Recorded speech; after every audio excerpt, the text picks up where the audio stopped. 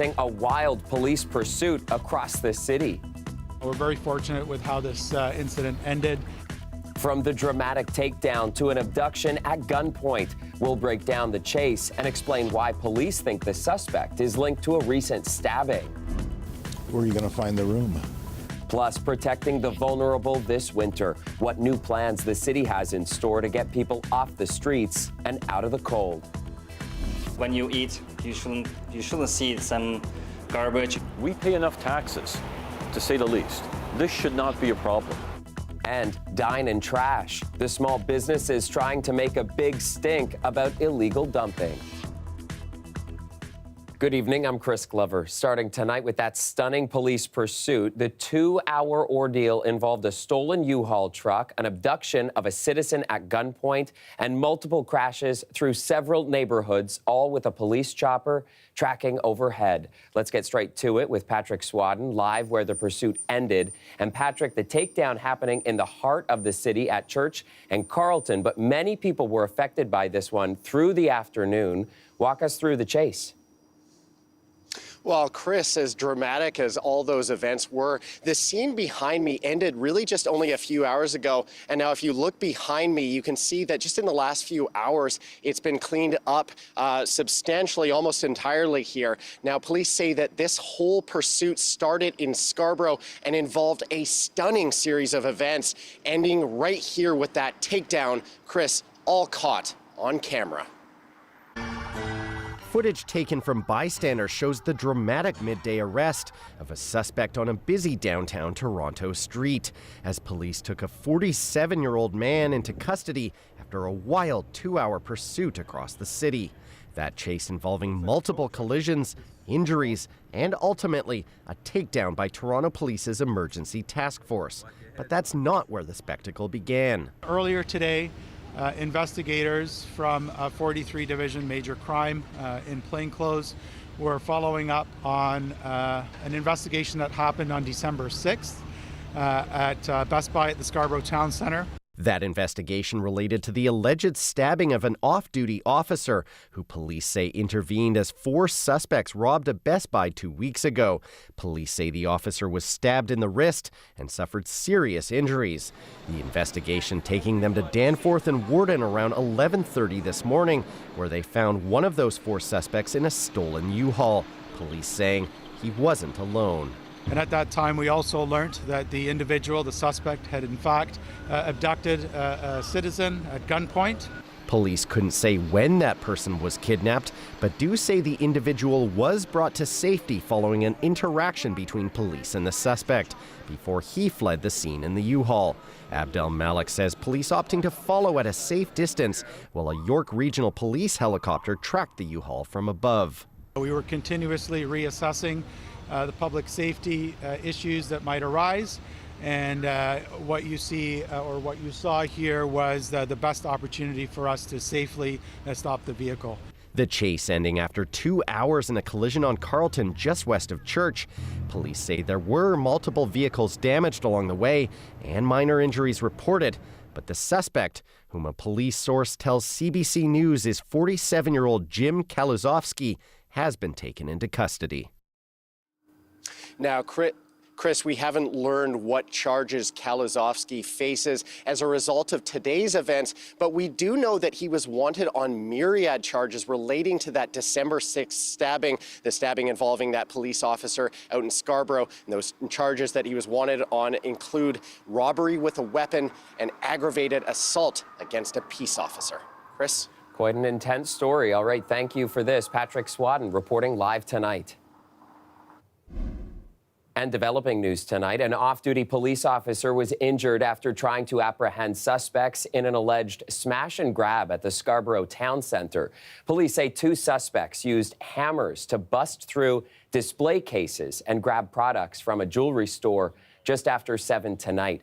When the officer and security guards pursued them, police say they were pepper sprayed by the suspects, who then fled in a small white sedan. For the second straight night, we're taking you up to Caledon and the scene of a fatal crash. A man died this morning after a 2-car collision along Caledon's border with Brampton. Greg Ross shows us what happened today, not far from yesterday's deadly crash involving a school bus.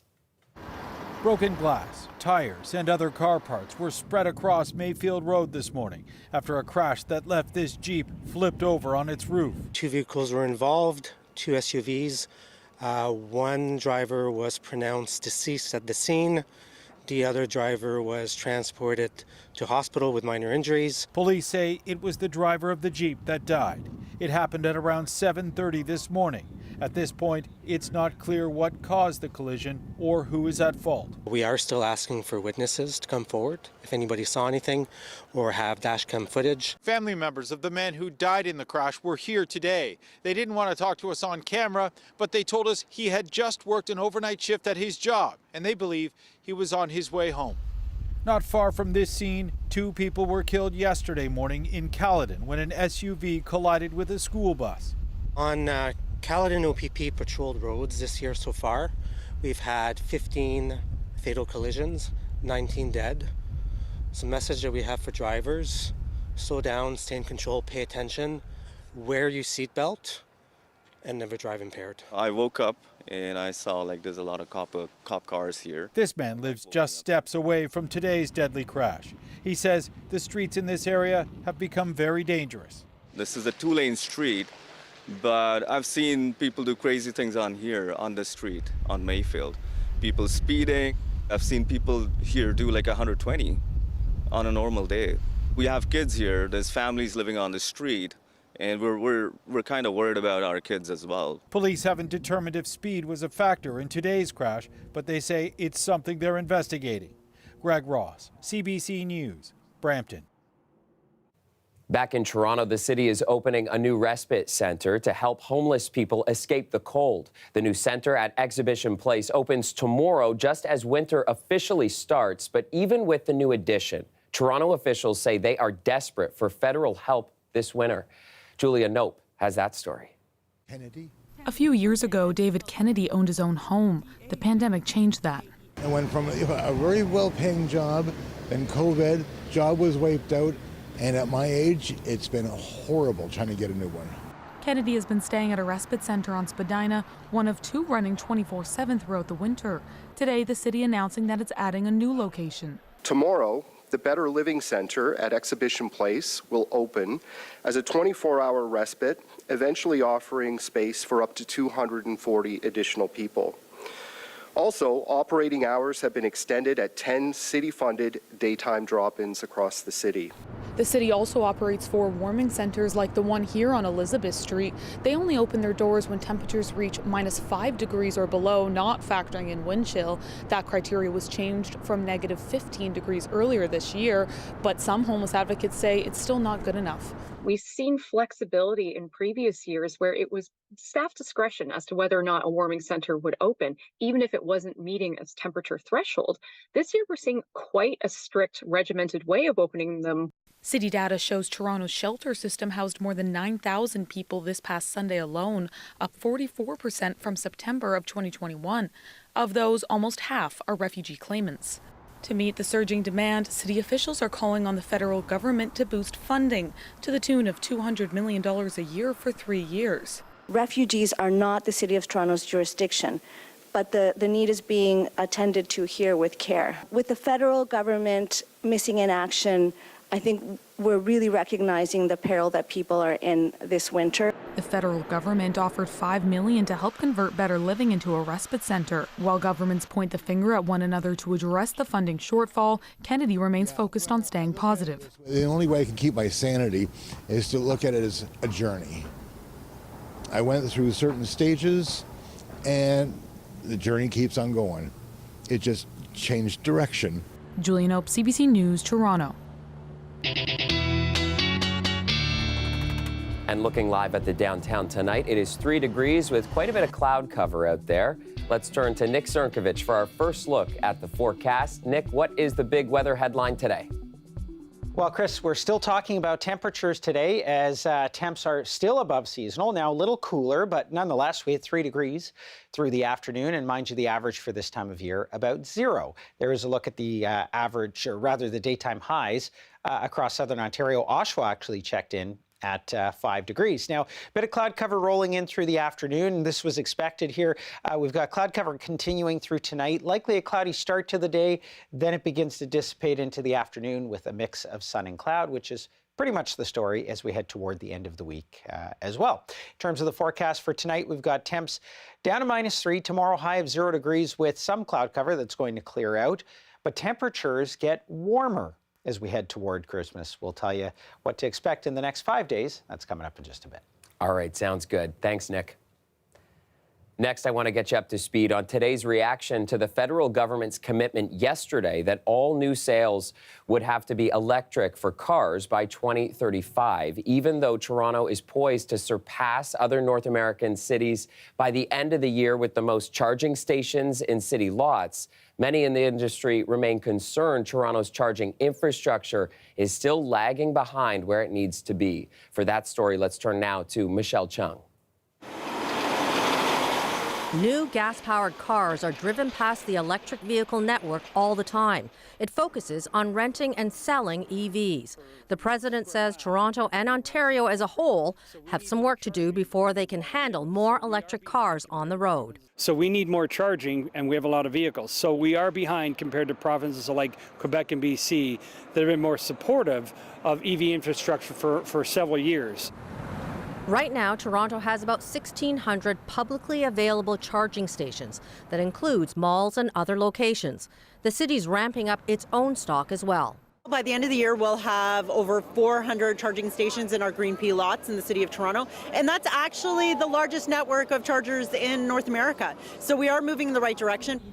The federal announcement was welcomed by the city as it lines up with its own ambitious targets. Our plan is to have 30% of vehicles in Toronto electric by 2030, and that's a big part of us being able to achieve our goal of net zero by 2040.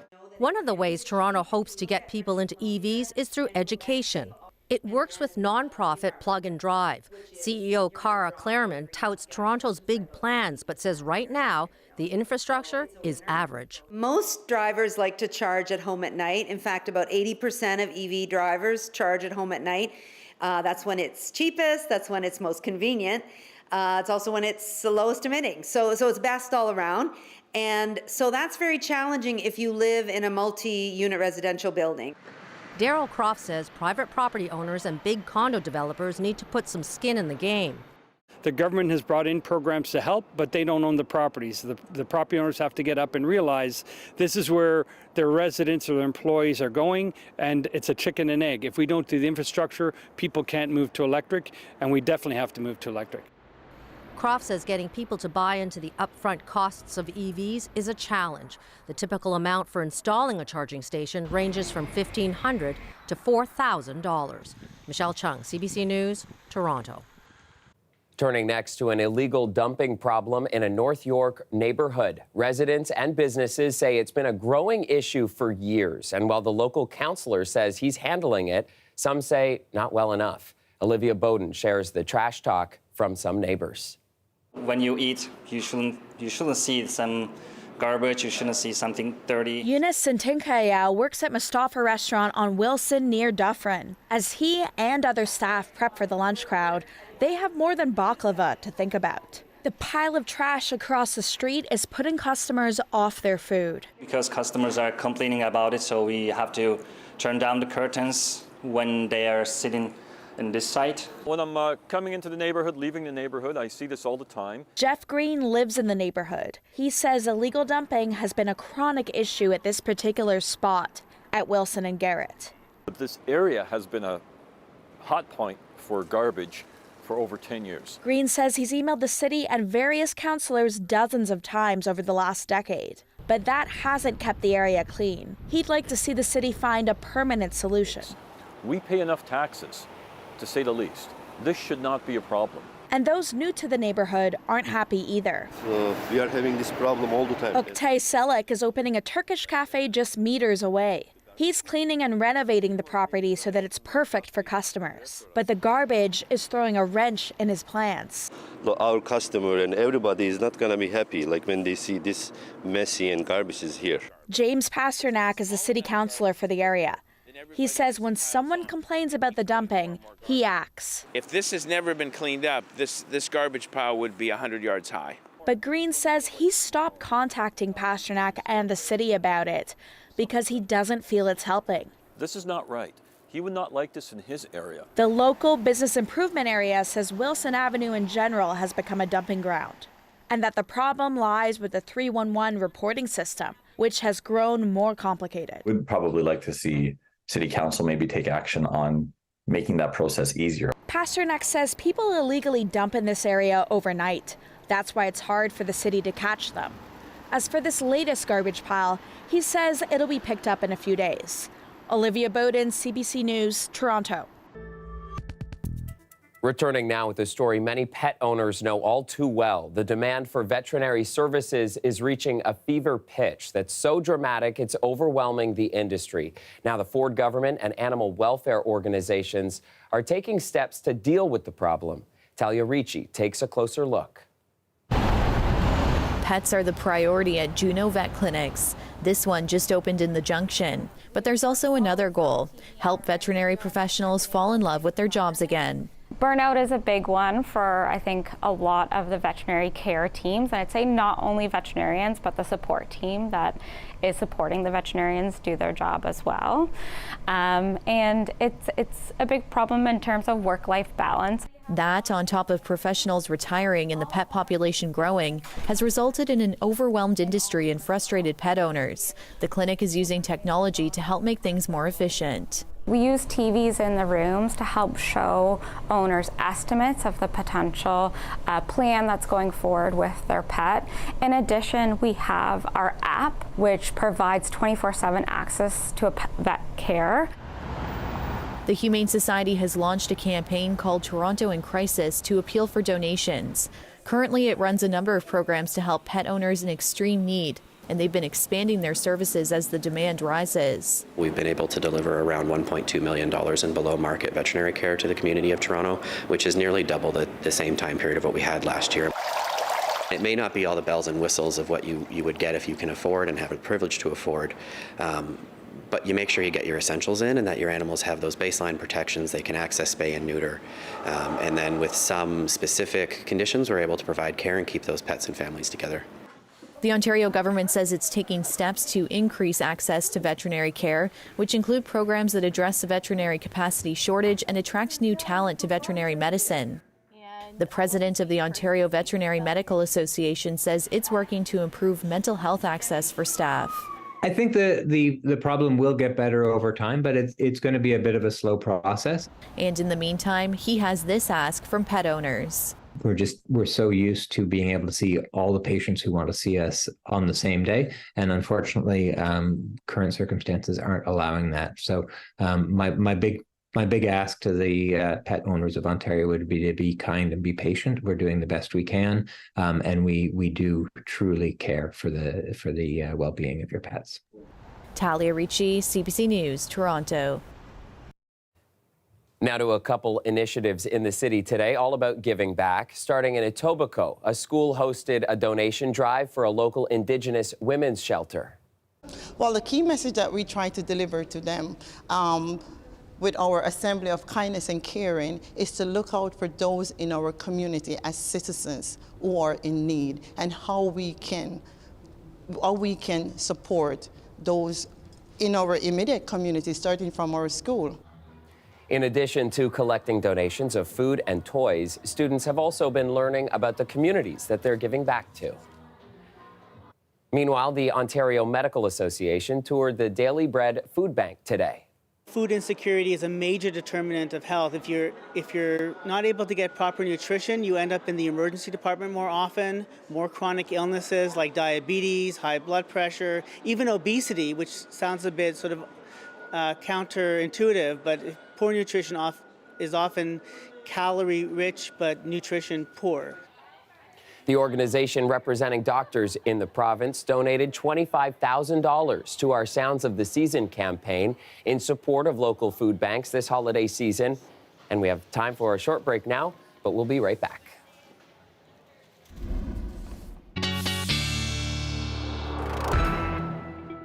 With the warming trend that we're seeing, a lot of people who like snow on Christmas are likely getting a bit anxious. Let's get back to you, Nick, with the answer on what is to come.